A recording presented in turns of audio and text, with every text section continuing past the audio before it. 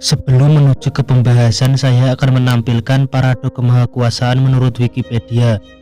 Dan jangan lupa perhatikan dan pahami dengan seksama.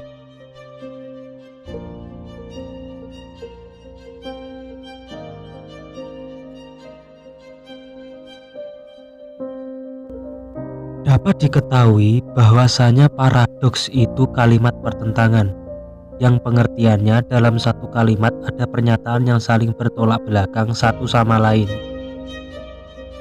Dari statement itu dapat disimpulkan seharusnya paradoks itu terikat dengan hukum pertentangan.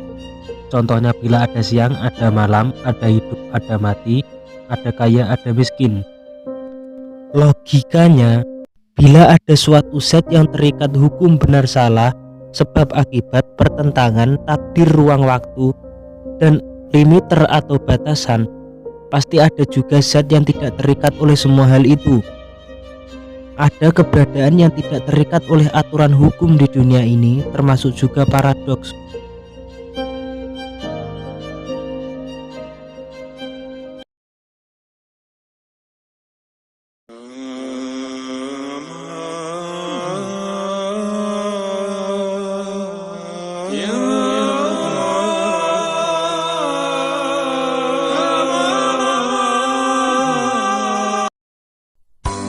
Coba kita bernalar, bila diumpamakan semua pensil di dunia ini dilenyapkan dan tidak ada orang yang boleh membuatnya, mungkinkah pensil itu muncul dengan sendirinya?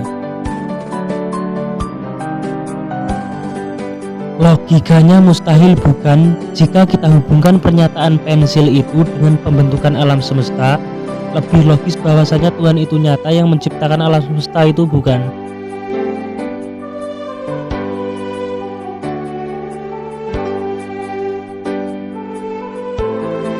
Kita analisis lagi lebih menyeluruh. Paradoks itu ada karena Tuhan yang menciptakannya. Coba kita mengambil perumpamaan yang lain. Bila ada seorang pembuat roti, maka logikanya roti itu terbentuk sesuai dengan batas kemampuan sang pembuat roti. Mustahil roti itu terbentuk melebihi kemampuan sang pembuat roti. Kesimpulannya, roti itu terbentuk di dalam batas kemampuan sang pembuat. Sama halnya dengan paradoks. Paradoks itu tercipta masih di ruang lingkup kekuasaan Tuhan. Tapi kan ada seorang pembuat sesuatu yang menciptakan barang melebihi kemampuannya, padahal itu mustahil. Satu hal yang perlu diketahui, membuat itu mendaur ulang barang yang sudah ada atau memodifikasinya, sedangkan menciptakan adalah membuat suatu keberadaan yang belum ada sebelumnya. Kenapa bisa begitu? Karena Tuhan memungkinkan hal itu terjadi, membuat mustahil menjadi tidak. Konsep itu berada di ruang lingkup kekuasaan Tuhan. Sedangkan paradoks yang berada di dalam kekuasaan Tuhan, yang artinya paradoks itu adalah hasil karya ciptaan Tuhan, apakah bisa menentang kekuasaan Tuhan? Paradoks itu adalah sesuatu yang terbatas, sedangkan kemahakuasaan Tuhan adalah ketidakketerbatasan. Kita ambil contoh garis rentang kemahakuasaan di mana Tuhan berada pada sisi puncaknya. Bagaimanapun ceritanya, jangkauan dari paradoks tidak akan pernah bisa mencapai sesuatu yang jelas, tidak memiliki batas.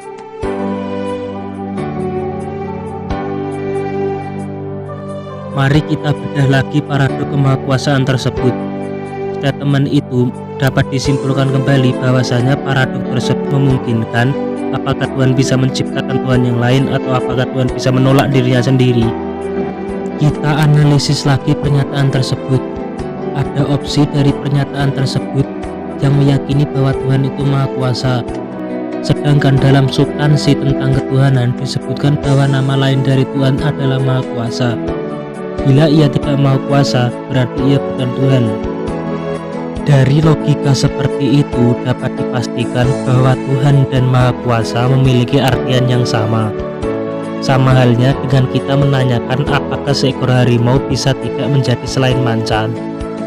Padahal keduanya merupakan satu kesatuan atau bisa dibilang sinonim. Tuhan itu Maha Kuasa, berarti sesungguhnya ia harus satu-satunya zat atau keberadaan yang duduk di kursi kemahakuasaan. Tidak ada zat yang menyetarainya dan tidak ada zat yang mengunggulinya. Dengan dasar logika seperti itu dapat disimpulkan kembali keberadaan Tuhan yang Esa adalah bukti nyata bahwa Tuhan itu Maha Kuasa. Jika ada orang yang mempertanyakan tentang kemahakuasaan Tuhan, logikanya Tuhan seperti apa yang ia yakini?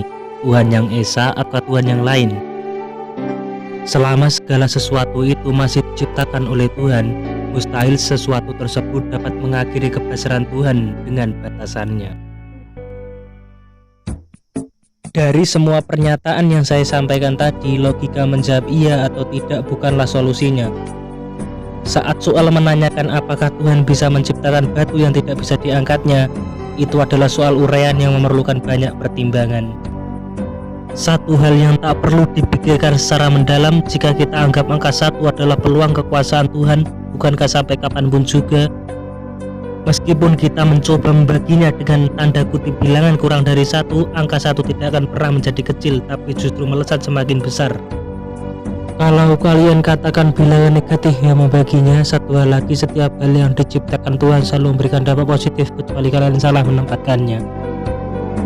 Kesimpulan dari pembahasan saya adalah linearitas dari paradok tidak akan pernah mampu mempertanyakan kemahakuasaan Tuhan, karena keduanya berada pada posisi garis rentang yang berbeda. Hal itu dikarenakan posisi dari konsep paradok berada di dalam hukum maha kuasa atau ciptaan Tuhan. Cukup sekian pembahasan saya. Bila ada salah kata dan pihak yang kurang setuju, saya mohon maaf sebesar-besarnya.